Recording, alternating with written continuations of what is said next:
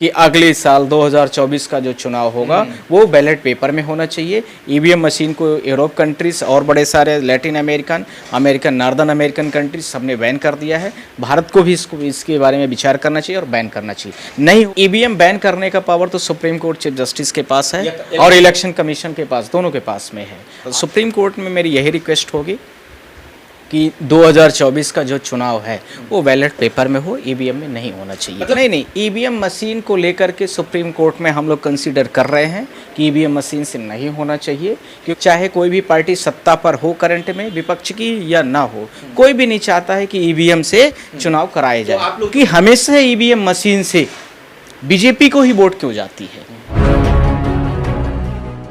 2024 चुनाव से पहले जो लगभग कयास लगाए जा रहे हैं आम लोगों के मन में कि ईवीएम से अगर चुनाव होता है तो फिर से भारतीय जनता पार्टी की सरकार बनेगी, ये आम लोगों का दावा है। दरअसल इस मुद्दे पर बातचीत करने के लिए सुप्रीम कोर्ट के सीनियर एडवोकेट नरेंद्र मिश्रा इस वक्त हमारे साथ मौजूद हैं। ज्यादातर लोग, कांग्रेस के भी लोग और तमाम जो जेडीयू, सपा, बसपा के लोग भी अनुमान लगा रहे हैं या कई जो नेता वो आरोप लगा रहे हैं कि अगर 24 में ईवीएम से चुनाव होती है तो फिर से मोदी सरकार आएगी। तो क्या सुप्रीम कोर्ट इसको दखल अंदाज में ले या सुप्रीम कोर्ट इसमें कुछ कर सकते हैं कि ईवीएम से चुनाव ना हो के बल्कि बैलेट पेपर से बने, ताकि जहां लोगों का विश्वास बना रहे। पहले तो आपका क्वेश्चन बहुत लाजमी है। भारत देश की 1 करोड़ 40 लाख पीपल जो है, 1 मिलियन पीपल्स आपकी तरफ देख रहे हैं कि लोकतंत्र टीवी ने इतना अच्छा ये क्वेश्चन उठाया। It's very good. मैं इसमें थोड़ा सा इसके बैकग्राउंड में जाऊंगा और वहाँ से शुरू कर रहा हूँ, आपको इस सब चीज़ों का जवाब मिल जाएगा। 1977 में सबसे पहले ईवीएम की शुरुआत हुई। पहले इसको ट्रायल के बेस पे थोड़ा थोड़ा किया गया, उसके बाद धीरे धीरे इसको बढ़ा दिया गया। और मैं इसमें 4-5 क्वेश्चन भी रेज करूँगा।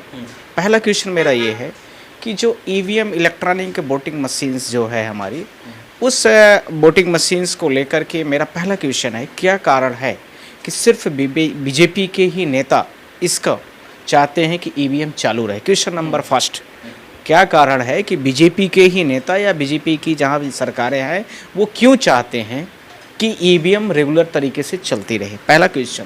दूसरा, कई सारे हमने एग्जाम्पल्स टीवी और मीडिया के माध्यम से हमें पता चले हैं या चुनाव के समय पर थे भी कि जहाँ पर कुछ कैंडिडेट चुनाव लड़ रहे हैं या कोई भी व्यक्ति विशेष, आप ही कोई चुनाव लड़ रहे हैं और आपको एक भी ईवीएम में वोट नहीं आए, तो ये कैसे हो सकता है। क्या आप खुद कैंडिडेट हैं तो अपनी वोट आपने अपने ही सिंबल्स में नहीं डाला होगा। दूसरा क्वेश्चन था मेरा। तीसरा क्वेश्चन मैं ये इलेक्शन कमीशन से ही पूछना चाहता हूँ आप लोगों के माध्यम से। कई बार इलेक्ट्रॉनिक और प्रिंट मीडिया के माध्यम से हमें पता चलता है जैसे कि जो ईवीएम है, ईवीएम में जितना टोटल वोटिंग डाली गई है उससे कई बार वो ज़्यादा या कम कैसे निकल जाती है। ठीक, इसका मतलब कि जैसे 4000 टोटल यदि किसी पोलिंग बूथ में ईवीएम के द्वारा वोटिंग पड़ी उस पर, तो जिस दिन इलेक्ट्रॉनिक वोटिंग की काउंटिंग होती है उस काउंटिंग के समय पर क्या कारण है कि उसमें ज़्यादा वोट निकलती है या कम निकलती है। जस्ट लाइक 4000 मैंने बोला तो 4000 से कम हो गई या ज़्यादा हो गई, ऐसे कैसे हो सकता है। जबकि जब इलेक्ट्रॉनिक मशीन्स को वहाँ पर जो भी BLOs वगैरह होते हैं और भी जो ऑफिसर, प्रोसाइडिंग ऑफिसर्स होते हैं, विभिन्न पार्टियों के वहाँ पर इलेक्शन में जो वो एजेंट्स नियुक्त रहते हैं, सबकी सिग्नेचर लगी होती है। ये मैंने कहीं पढ़ा हुआ था। ये मेरा चौथा क्वेश्चन है। पाँचवा क्वेश्चन है कि हमेशा ईवीएम मशीन से बीजेपी को ही वोट क्यों जाती है। पाँचवा मेरा क्वेश्चन ये है। इसका इलेक्शन कमीशन को जवाब देना चाहिए। अब मैं आगे की बात कर रहा हूँ। 1997 में मैंने आपको थोड़ा सा स्टोरी के तौर पर बताया कि इसकी बात पहली बार केरला में स्टार्टिंग हुई थी। सॉरी, मतलब 1977 में पहली बार स्टार्टिंग होती। उसके बाद 2018 में सुप्रीम कोर्ट में आपने पूछा है, मैं उसके बारे में थोड़ा जिक्र कर देता हूँ, उसके बाद मैं आ रहा हूँ। 2018 में भारत देश में सुप्रीम कोर्ट में लोगों ने कुछ पिटिशंस फाइल किया कि बैलेट पेपर्स को लेकर के ये जो है तो ईवीएम के थ्रू नहीं होना चाहिए। एलिगेशन सिर्फ इलेक्शन कमीशन का एक आता है और उसका मेरे पास जवाब भी और रिप्लाई भी है। उनका एलिगेशन ये है कि बैलेट पेपर्स में बहुत सारे पेपर की कटिंग होगी, बहुत सारी चीज़ों को चेक करने के लिए हमें इतना मैन पावर चाहिए, बहुत सारी चीज़ें हैं।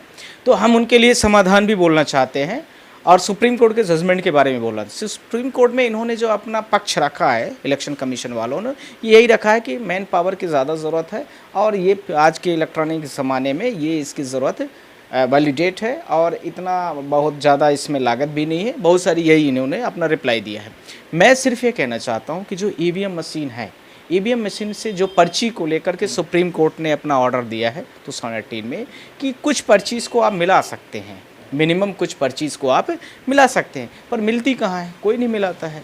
तो मेरा ये मतलब है कि जैसे आप लोगों ने देखा होगा एटीएम की मशीन होती है जिसमें रुपए डाले जाते हैं और फटाफट वो नोट को काउंट कर लेती है, ऐसे ही ईवीएम मशीन से जितनी पर्चियाँ निकलती हैं, जैसे मैंने भाजपा को वोट डाला, आपने कांग्रेस को डाला, आपने किसी और को डाला और किसी व्यक्ति ने किसी और पार्टीज़ को डाला, उन पार्टियों की जितने भी आपने सिंबल्स के पर्ची निकली हुई है उसको आप ईवीएम मशीन में इसमें एटीएम मशीन की तरह जो मशीन है उस पर डाल दीजिए, खुद ही काउंट करके 10 मिनट 1 घंटे में सब पूरा रिजल्ट बता देगी। ये इसका समाधान है।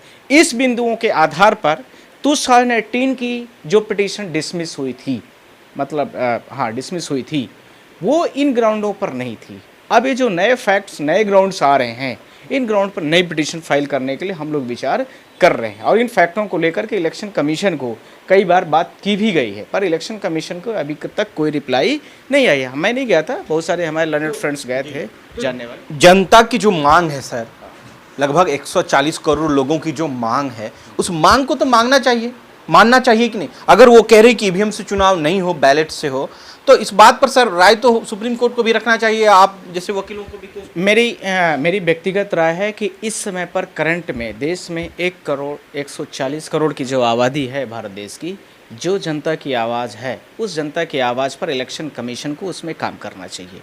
किसी के रूलिंग पार्टीज़ को लेकर के ऐसा काम नहीं करना चाहिए या रूलिंग पार्टीज़ के दबाव में या कुछ भी ऐसे निर्णय नहीं लेना चाहिए जो देश और जनता के अहित में हो। दूसरा, इलेक्शन कमीशन सेशन थे, बहुत सारे बहुत बड़े बड़े ऑफिसर्स भारत देश में आए। टीएन सेशन का नाम भी आप लोग जानते ही हैं और मैं यूपीएससी की फील्ड में रहा हूँ तो मुझे थोड़ा सा इस चीज़ का ज़्यादा नॉलेज है। मैं ये 2-3 चीज़ें और कहना चाहता हूँ कि भारत देश के इलेक्शन कमीशन ऐसे ऐसे हुआ करते थे कि प्रधानमंत्री को भी कटघरे में खड़ा कर देते थे। आज करंट में जो सिचुएशन है, आप जनता के नेतृत्व करके या जनता के अधिकार का जो वायलेशन हो रहा है वर्तमान में, वो इलेक्शन कमीशन को नहीं करना चाहिए। और वीवीपैट वाले जो मैंने आपको बोला है कि जो आप ये कह रहे हैं कि काउंटिंग करने में बहुत टाइम लगेगा, तो उसको एटीएम वेंडिंग मशीन की तरह आप कोई मशीन लगा करके वो सारी चीज़ें काउंट हो जाएंगी। सुप्रीम कोर्ट चाहे तो मना रोक सकती है ना कि भाई 2024 में ईवीएम से चुनाव मत करवाओ।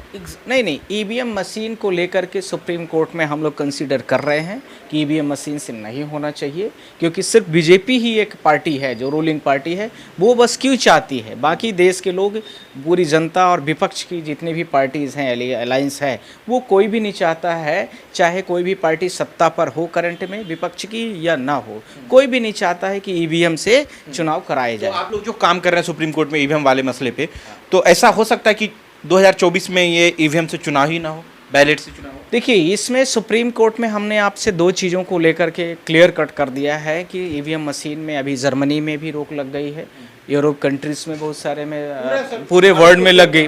भारत देश को छोड़ करके विभिन्न जो कंट्रीज़ हैं सब में लग गई है, क्योंकि ईवीएम मशीन जो है, कंट्रोलिंग पावर जो उसकी है, वो कंट्रोलिंग पावर्स जो है, ऐसा तो हो नहीं सकता है कि आदमी ने ही बनाया है उसको, तो मैन मेड है वो, तो उसको कोई नहीं कर सकता है, कंट्रोल नहीं कर सकता है। एग्जैक्टली, जैसे बहुत सारी आप यहाँ बैठे, यहाँ से बैठे बैठे सेटेलाइट के थ्रू आप दुनिया को देख रहे हैं, यहाँ बैठे बैठे रिमोट से आप बहुत सारा मिसाइल दाग लेते हैं। हमें उस चीज़ की आइडिया नहीं है, आम जनता को उस चीज़ की आइडिया नहीं है। तो इसका मतलब ये नहीं है कि इलेक्शन कमीशन को हम लोग जब रिप्लाई नहीं दे पा रहे हैं इलेक्ट्रॉनिक या टेक्नोलॉजीज के तरीके से, कैसे हम उसको वेरीफाइड करा सकते हैं उनको कि ईवीएम से हैकिंग हो सकती है या गड़बड़ी हो सकती है।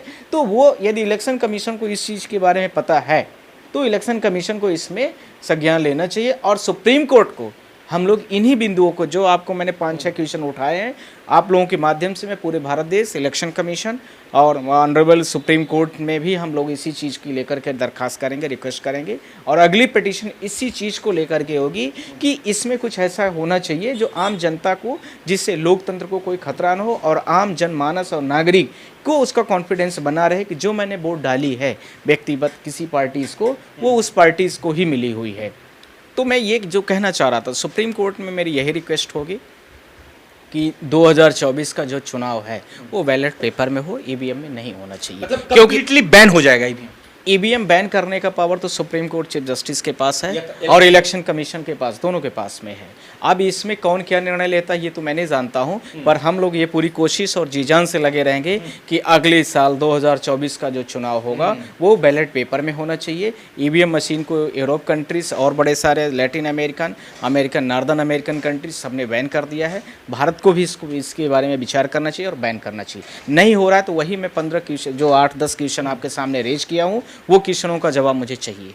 जब पूरी दुनिया में बैन हो गया तो भारत क्यों इससे अछूता है? यहां भी होना चाहिए सर, इलेक्शन कमीशन को खुलकर सामने आना चाहिए, भाई ईवीएम को बैन कर दो, क्योंकि इस देश में इस लोकतंत्र के जो लोग हैं उस पर भरोसा नहीं रख जाएंगे। एग्जैक्टली एक 140 करोड़ की आबादी जिस देश की है और वहाँ के लोग यदि नहीं मानते हैं, पूरे विश्व का 7वां 8वां ये सबसे बड़ा महाद्वीप है 7वां, तो इसमें आप लोग देख सकते हैं कि इतनी बड़ी पॉपुलेशन, वर्ल्ड की सबसे बड़ी पॉपुलेशन जिस कंट्रीज़ की हो, वर्ल्ड की सबसे बड़ी डेमोक्रेसी जिस कंट्रीज़ की है, उस कंट्रीज़ के लोग यदि उस चीज़ को फेथ नहीं कर रहे हैं, उस मिनर्की सिस्टम को नहीं फेथ कर रहे हैं, एडमिनिस्ट्रेशन पर फेथ नहीं कर रहे हैं, ईवीएम पर फेथ नहीं कर रहे हैं, तो उसमें सुप्रीम कोर्ट को इन चीज़ों के आधार पर, लिबर्टीज़ के आधार पर हमें जो है तो पूरा ग्रांट करने के लिए पूरा राइट्स है। तो बैन होगा, बैन होने के लिए हम लोग पूरे राइट्स करेंगे। बहुत बहुत शुक्रिया। देखिए, जिस तरीके से सुप्रीम कोर्ट के सीनियर एडवोकेट नरेंद्र मिश्रा जी ने ये कहा है कि अगर बाकी के देशों में ईवीएम बैन है तो भारत में क्यों नहीं। इलेक्शन कमीशन और सुप्रीम कोर्ट को पावर है, ऑथराइज है कि